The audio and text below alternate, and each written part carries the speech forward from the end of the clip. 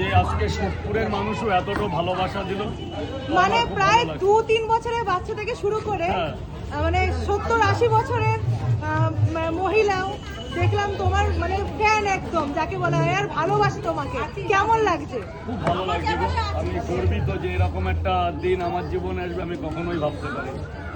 ঠিক আছে দাদা, তুমি এইভাবেই সবাইকে ভালোবাসা দিয়ে যেও। হ্যাঁ, আমি যেন এভাবেই মানুষের পাশে থাকতে পারি। আমি ঈশ্বরকেও ডাকি যেন আমরা গ্রাম থেকে উঠে আসা অতি সামান্য একজন মানুষ, কোনো একদিন 50টা পরোটা নিয়ে আমি কলকাতায় গেছিলাম অভাব দারিদ্রতা কাটানোর জন্যে।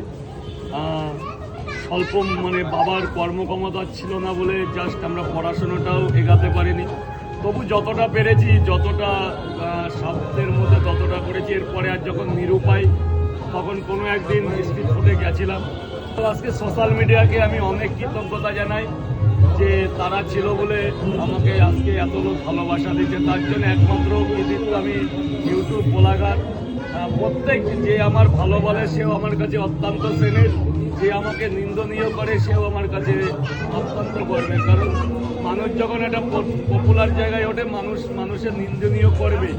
তো সব জাতি ধর্ম নির্বিশেষে সবাই আমার আপনজন।